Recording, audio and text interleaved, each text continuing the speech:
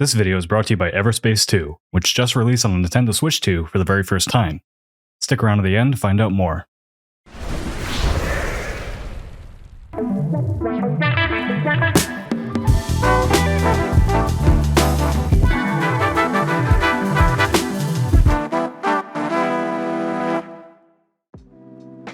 We're 3 months away from what is most likely going to be the biggest entertainment launch of all time, and it's not even going to be close. For perspective here, GTA 4 sold over 3 million copies on its first day. GTA 5 sold 11 million on its first day, a record that has not been broken yet.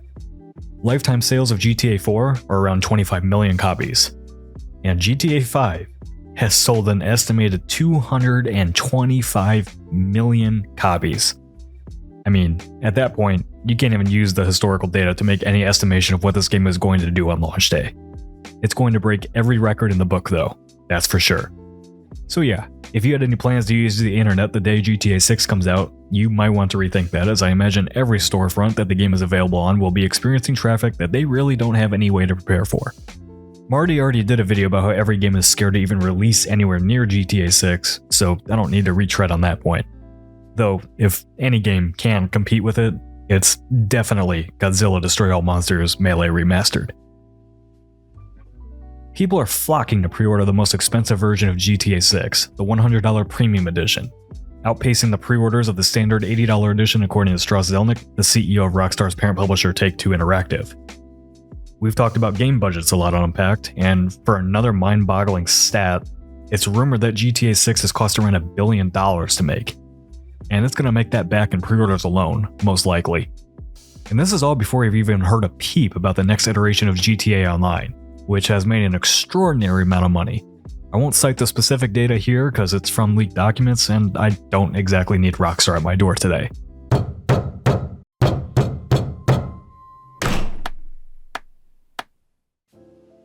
I genuinely do not think the industry is ready for just how massive the launch of this game is going to be purely by the numbers. I mean, the deep dive into the game is being streamed first on Netflix, for goodness sake. A marketing event for a game is being treated like a premium event viewing experience, which is hard to even wrap my head around. We haven't seen a second of gameplay yet, and the numbers are already through the roof based on the reporting around pre-orders. If the gameplay reveal is as impressive as we're all anticipating it to be, those numbers are going to utterly skyrocket.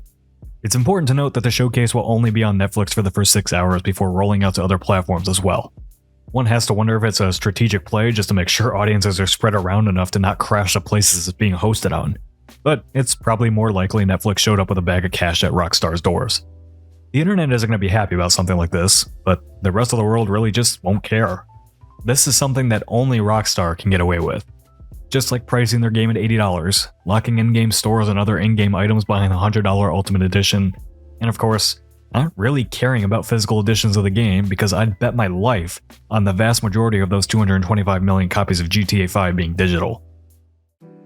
Industry professionals often talk about Rockstar setting bad trends for the rest of the industry, like making $80 games the new norm, for example. But Grand Theft Auto is simply in a completely different league than the average franchise. What Rockstar can get away with is not something that Ubisoft, EA, Microsoft, or Sony could.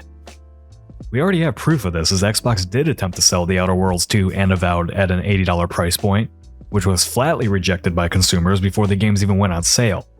There are very few franchises with the power to put such high price tags on their games and still expect high sales numbers.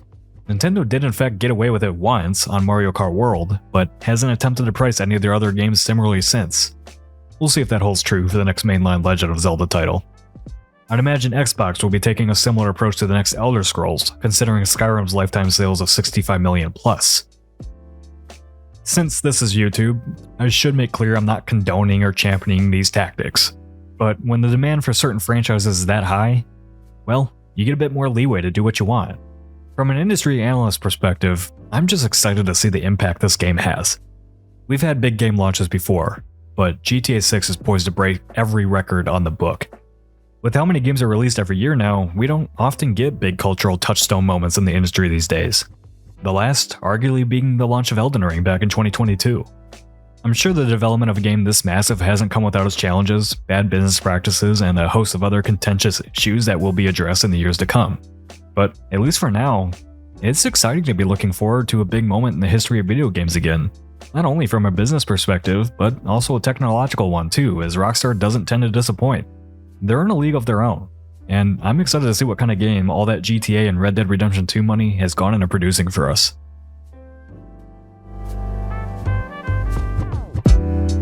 This video is brought to you by Everspace 2, a fast-paced single-player space shooter where vicious encounters and brutal challenges stand between you and that next epic loot drop. Available now on PC, PlayStation 5, Xbox Series X and S, and the Nintendo Switch 2.